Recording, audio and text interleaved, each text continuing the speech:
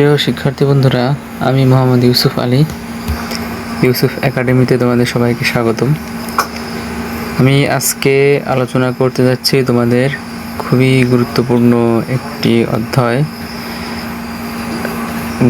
গুণনীয়ক ও গুণিতক এর 87 পৃষ্ঠা মৌলিক সংখ্যা নিয়ে।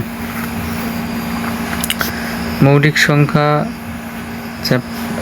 বিষয়টা তোমাদের জন্য খুবই গুরুত্বপূর্ণ। আমি আশা করি আজকে তোমাদের এই ক্লাস করার পরে মৌলিক সংখ্যা নিয়ে আর কোনো সমস্যা থাকবে না। চতুর্থ, পঞ্চম, ষষ্ঠ, সপ্তম, অষ্টম, নবম এবং দশম শ্রেণীর সকল শিক্ষার্থীরা যদি ক্লাসটা দেখে থাকে তাহলে আমি আশা করব তাদের আর কোনো কনফিউশন থাকবে না। তাহলে চলো আমরা আর দেরি না করে আমাদের ক্লাস শুরু করি। শুরুতে আমরা জানব মৌলিক সংখ্যা কাকে বলে। মৌলিক সংখ্যা হচ্ছে যে সংখ্যাকে এক এবং ওই সংখ্যা ছাড়া অন্য কোনো সংখ্যা দ্বারা নিঃশেষে ভাগ করা যায় না, সেই সংখ্যাকেই মৌলিক সংখ্যা বলে। অর্থাৎ এই সংখ্যাটার এক এবং ওই সংখ্যা ছাড়া অন্য কোনো গুণনীয়ক হবে না, সেই সংখ্যাটাই হচ্ছে মৌলিক সংখ্যা। যেমন 2, 3, 5, 7 ইত্যাদি। আচ্ছা, তাহলে এই যে 2, 3, 5, 7 এই সংখ্যাগুলো কিভাবে মৌলিক সংখ্যা, চলো আমরা একটু ব্যাখ্যাটা জেনে নিই। যেমন ধরো 2, আমরা সংখ্যাতে বলেছিলাম যে সংখ্যাকে এক এবং ওই সংখ্যা ছাড়া অন্য কোনো সংখ্যা দ্বারা ভাগ করা যাবে না, সেই সংখ্যাটাই হবে মৌলিক সংখ্যা। দেখো এখানে আমরা একটা সংখ্যা লিখছি 2, একে আমরা কোন কোন সংখ্যা দিয়ে নিঃশেষে ভাগ করতে পারবো? আমরা একে 1 এবং 2 এই দুইটা সংখ্যা ছাড়া অন্য কোনো সংখ্যা দিয়ে নিঃশেষে ভাগ করতে পারবো না। আর তাই 1 এবং 2 সংখ্যাটা হচ্ছে মৌলিক সংখ্যা। আবার এখানে একটা জিনিস খেয়াল করো যে তোমাদের এখানে দেখো 3 এর গুণনীয়ক দেওয়া আছে 1, 2 এবং 3। তাহলে এই সংখ্যাটা অবশ্যই মৌলিক। এই সংখ্যাটা অবশ্যই মৌলিক। কেন মৌলিক? কারণ এই সংখ্যাটা উৎপাদক হচ্ছে, গুণনীয়ক হচ্ছে 1 এবং 3। এই দুইটা সংখ্যা দিয়ে এই 3কে নিঃশেষে ভাগ করা যায়, তাই 3 হচ্ছে মৌলিক সংখ্যা। আবার এখানে আরেকটা সংখ্যা দেওয়া আছে 4, এখানে 4 এর গুণনীয়ক হচ্ছে 1, 2 এবং 4। এই সংখ্যাটা মৌলিক সংখ্যা না। কেন না? কারণ এর গুণনীয়ক হয়ে যাচ্ছে 3টা এবং আমরা শুরুতে বলেছিলাম যে 1 এবং ওই সংখ্যা হতে হবে। মৌলিক সংখ্যার সংজ্ঞা 1 এবং ওই সংখ্যা হতে হবে, তাহলে এই সংখ্যাটা হবে মৌলিক। কিন্তু এখানে হয়ে যাচ্ছে 1, 2, 4, 1 এবং ওই সংখ্যা সহ আরও একটি সংখ্যা, এই কারণে এটা মৌলিক সংখ্যা না। আচ্ছা, এরপরে আমরা আরও কিছু বৈশিষ্ট্যের সাহায্যে তোমাদেরকে একটু যদি বুঝিয়ে দিই তাহলে তোমরা বিষয়টা ক্লিয়ার হবে। মৌলিক সংখ্যার কিছু বৈশিষ্ট্য রয়েছে, সেটা হচ্ছে মৌলিক সংখ্যার গুণনীয়ক হবে 2টি। মৌলিক সংখ্যার গুণনীয়ক কয়টি হবে? 2টি। মৌলিক সংখ্যার গুণনীয়ক হবে 2টি। তারপরে 2 নম্বর বৈশিষ্ট্য হচ্ছে যে 2 ছাড়া জোড় সংখ্যা কোনো মৌলিক সংখ্যা না। একমাত্র 2 যে সংখ্যাটা জোড়, একমাত্র মৌলিক জোড় সংখ্যা হচ্ছে 2 এবং অন্য যত জোড় সংখ্যা আছে কোনো জোড় সংখ্যাই মৌলিক সংখ্যা না। আশা করি বুঝতে পারছো। 3 নম্বর বৈশিষ্ট্যটা হচ্ছে 3 ছাড়া 3 এর গুণিতক মৌলিক না। 3 ছাড়া 3 এর গুণিতক মৌলিক না। তার মানে 3টা হচ্ছে মৌলিক, কিন্তু 3 এর গুণিতক অর্থাৎ তিন দুগুণে 6, 3 তিরিকে 9, 3 চারে 12, 3 পাঁচে 15, 3 6 18। এই যে গুণিতক সংখ্যাগুলা, এই সংখ্যাগুলা কোনোটাই মৌলিক না। 4 নম্বর বৈশিষ্ট্য হচ্ছে যে 5 ছাড়া 5 এর গুণিতক মৌলিক না। তার মানে 5টা হচ্ছে মৌলিক, কিন্তু 5 এর যে গুণিতক সংখ্যা 5 দুগুণে 10, 3 পাঁচে 15, 4 পাঁচে 20, 5 পাঁচে 25, এই কোনো সংখ্যাটাই মৌলিক না। 5 নম্বর যে বৈশিষ্ট্য আছে সেটা হচ্ছে 7 ছাড়া 7 এর গুণিতক মৌলিক না। অর্থাৎ 7ই একমাত্র সংখ্যা যে সংখ্যাটা মৌলিক, কিন্তু 7 এর গুণিতক 7 দুগুণে 14, 3 সাথে 21, 4 সাথে 28, 5 সাথে 35, এর কোনো সংখ্যাটাই মৌলিক না। আমরা মৌলিক সংখ্যা আলোচনা করার সাথে সাথে যৌগিক সংখ্যার একটা বিষয় চলে আসে, যৌগিক। এটা আমরা সর্বদা মাথায় রাখবো যে যৌগিক সংখ্যা। তাহলে যৌগিক সংখ্যা কোনটা? যৌগিক সংখ্যা হচ্ছে মৌলিক সংখ্যার বিপরীত। অর্থাৎ মৌলিক সংখ্যার যে বৈশিষ্ট্য আছে এই বৈশিষ্ট্যের সর্বদা বিপরীত। অর্থাৎ মৌলিক সংখ্যার বৈশিষ্ট্যের ক্ষেত্রে আমরা উল্লেখ করেছিলাম যে মৌলিক সংখ্যার বৈশিষ্ট্য হবে 2টি। তাহলে যদি যৌগিক সংখ্যার বৈশিষ্ট্য কী হবে? এর বিপরীত, অর্থাৎ 2 এর অধিক। তার মানে যে সংখ্যাগুলোর গুণনীয়ক 2 এর অধিক সেই সংখ্যাগুলাই যৌগিক, আর যে সংখ্যাগুলোর গুণনীয়ক 2টি সেটা তো মৌলিক।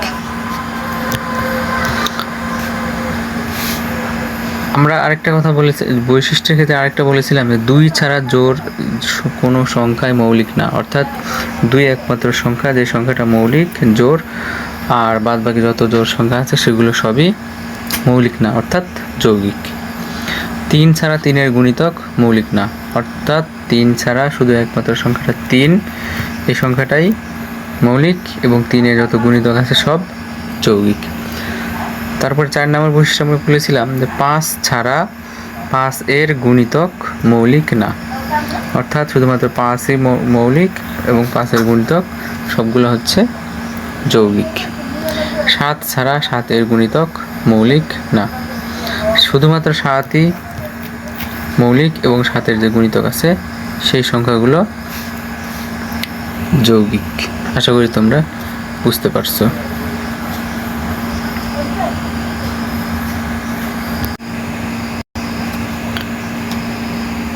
এখন আমরা দেখব তোমাদের এই ছকে কোন কোন সংখ্যাগুলো মৌলিক এবং কোন কোন সংখ্যাগুলো মৌলিক না, অর্থাৎ যৌগিক। প্রথমে সংখ্যাটা আছে 2। আমরা শুরুতে বৈশিষ্ট্য বলেছিলাম যে 2 একমাত্র জোড় সংখ্যা যে সংখ্যাটা মৌলিক। তাহলে 2 হচ্ছে মৌলিক। তারপর এখানে রয়েছে 3 সংখ্যাটা মৌলিক নাকি যৌগিক? 3 এর গুণিতক 1 এবং 3, 1 এবং 3, অর্থাৎ 3 এর গুণিতকও 2টি। তাহলে 3 সংখ্যাটিও মৌলিক। এরপরে রয়েছে 4 এর ক্ষেত্রে আমরা দেখি যে এর গুণনীয়ক কয়টি?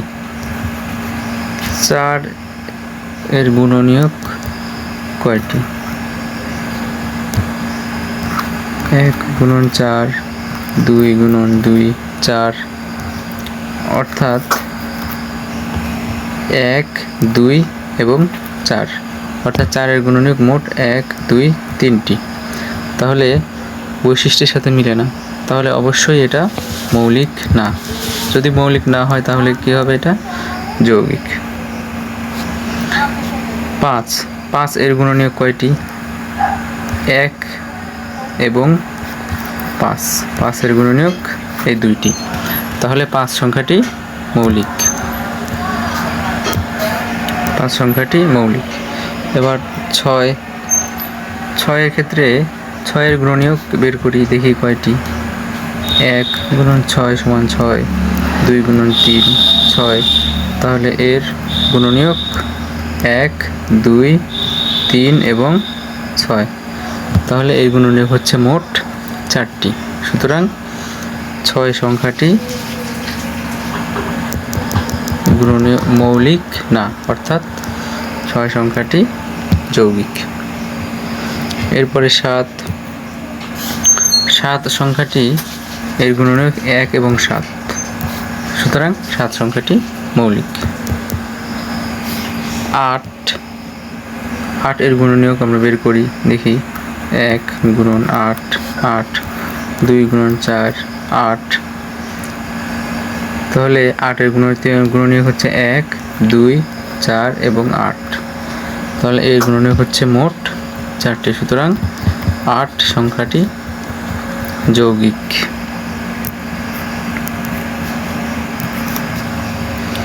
9 এর গুণনীয়ক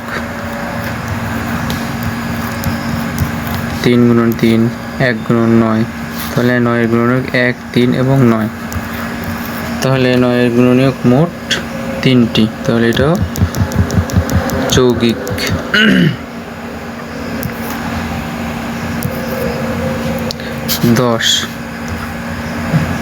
10 এর গুণনীয়ক দেখি আমরা বের করি। 10 এর গুণনীয়ক 1 গুণন 10, 1 2 5 এবং 10, তাহলে 10 এর গুণনীয়ক মোট 4টি, তাহলে 10 সংখ্যাটি মৌলিক না, তাহলে 10 সংখ্যাটি যৌগিক।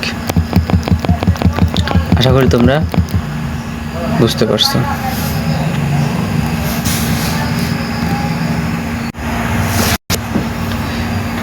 এখানে তোমাদের একটি খুবই গুরুত্বপূর্ণ বিষয় উল্লেখ করা রয়েছে, সেটা হচ্ছে যে 1 এর শুধু একটি গুণনীয়ক রয়েছে, তাই 1 মৌলিক সংখ্যাও না এবং যৌগিক সংখ্যাও নয়, অর্থাৎ 1 এর গুণনীয়ক মাত্র 1, অর্থাৎ এর গুণনীয়ক কিন্তু 2টি না। তাহলে যদি 2টি হতো তাহলে 1 হতো মৌলিক সংখ্যা, আবার যদি এই সংখ্যার গুণনীয়ক হতো 2 এর অধিক তাহলে এটা যৌগিক সংখ্যা হতো, কিন্তু এর গুণনীয়ক শুধুই 1, অর্থাৎ একটি। তাহলে এই 1 সংখ্যাটা হচ্ছে মৌলিকও না আবার যৌগিকও না। খুবই গুরুত্বপূর্ণ একটি বিষয়। এবং তোমাদের আরেকটা বিষয় আমি বলতে চাই, সেটা হচ্ছে যে সকল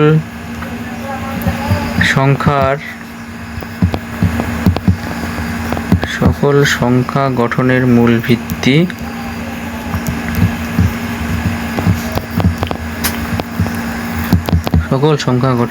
ভিত্তি হচ্ছে মৌলিক সংখ্যা। সকল সংখ্যা গঠনের মূল ভিত্তি হলো মৌলিক সংখ্যা।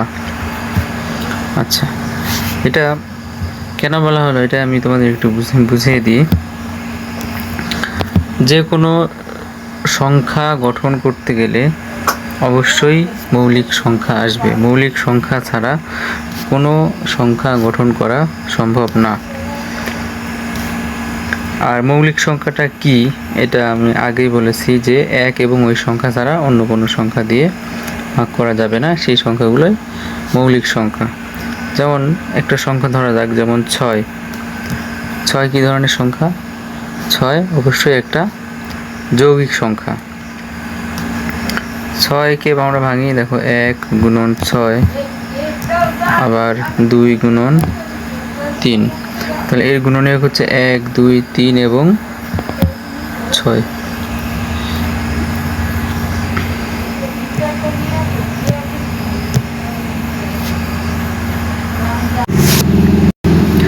আচ্ছা, সকল সংখ্যা গঠনের মূল ভিত্তি হচ্ছে মৌলিক সংখ্যা। এটা বোঝানোর জন্য তোমাদের একটা যৌগিক সংখ্যা নিই। যেমন ধরো 6, এই 6কে আমরা ভাঙি, দেখো 2 গুণন 3, এই যৌগিক সংখ্যাকে আমরা ভাঙলাম 2 গুণন 3 দ্বারা। তাহলে এখানে খেয়াল করো যে 2 একটা মৌলিক সংখ্যা এবং 3 একটা মৌলিক সংখ্যা, অর্থাৎ মৌলিক সংখ্যা ছাড়া একটা যৌগিক সংখ্যা গঠন করা সম্ভব না। আচ্ছা, আমরা আরেকটা উদাহরণের সাহায্যে একটু বুঝি। আচ্ছা, এটা বোঝানোর জন্য তোমাদের আরেকটা যৌগিক সংখ্যা নিই, যেমন ধরো 8। 8কে যদি ভাঙি তাহলে কী হবে, 2 গুণন 4, তাহলে 4 দুগুণে 8। আবার এই 4কে যদি আমরা ভাঙি তাহলে হবে 2 গুণন 2। তাহলে এখানে খেয়াল করো যে 2 একটা মৌলিক সংখ্যা, এই 2 একটা মৌলিক সংখ্যা, এই 2 একটা মৌলিক সংখ্যা, অর্থাৎ মৌলিক সংখ্যা ছাড়া কোনো সংখ্যা গঠন করা সম্ভব হচ্ছে না। তাই আমরা এই কথা লিখেছি যে সকল সংখ্যা গঠনের মূল ভিত্তি হচ্ছে মৌলিক সংখ্যা। আচ্ছা, আমরা আরেকটা উদাহরণের সাহায্যে তোমাদেরকে বুঝিয়ে দিচ্ছি। সেটা হচ্ছে, মনে করো 10। এই 10কে যদি আমরা ভাঙি তাহলে কি হবে, 2 গুণন 5। এই 5কেও আমরা ইচ্ছা করলে আরও একবার ভাঙতে পারবো, যেমন 1 গুণন 5। তাহলে খেয়াল করো যে 2 একটা মৌলিক সংখ্যা, 5 একটা মৌলিক সংখ্যা।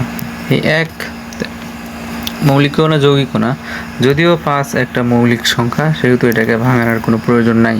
তাহলে আমরা পেলাম কি 2 এবং 5, এবং 2ও একটা মৌলিক সংখ্যা এবং 5ও একটা মৌলিক সংখ্যা। আর এ কারণে আমরা বলেছি যে সকল সংখ্যা গঠনের মূল ভিত্তি হচ্ছে মৌলিক সংখ্যা। মূল ভিত্তি বলতে আমরা এটাই বুঝিয়েছি যে এই মৌলিক সংখ্যা ছাড়া অন্য কোনো সংখ্যা গঠন করা সম্ভব না। আশা করি তোমরা সবাই মৌলিক সংখ্যা নিয়ে আর বুঝতে পারছো, এবং এটা নিয়ে আর কোনো কনফিউশন থাকার কথা না।